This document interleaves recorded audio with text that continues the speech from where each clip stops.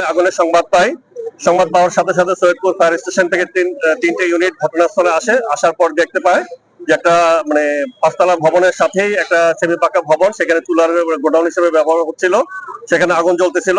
আগুন খুব দ্রুতই সাথে একটা 7তলা বিল্ডিং আছে যেটা ঢাকা ব্যাংক আছে এবং ঢাকা মার্কেন্টাইল কোঅপারেটিভ ব্যাংক আছে। আগুন সেখানে দ্রুত ছড়িয়ে পড়ে, কিন্তু আগুন দ্রুত ছড়িয়ে পড়ার কারণে আমরা আমাদের যে পার্শ্ববর্তী আরো যে ফায়ার স্টেশন সেখান থেকে মোট 8টি ইউনিট ঘটনাস্থলে আসে। আপনারা জানেন এই জায়গায় পানির খুব ক্রাইসিস ছিল, যার কারণে আমাদের অনেক ব্যাগ পেতে হয়েছে।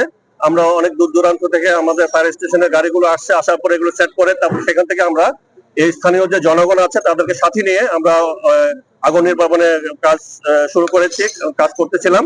তো এক পর্যায়ে শেষ পর্যন্ত 2টা 30 মিনিটের সময় আমরা আগুন সম্পূর্ণরূপে নির্বাপন করতে সক্ষম হই। তবে এখানে আমাদের কাছে এখন পর্যন্ত কোনো আহত বা নিহতের কোনো সংবাদ নাই।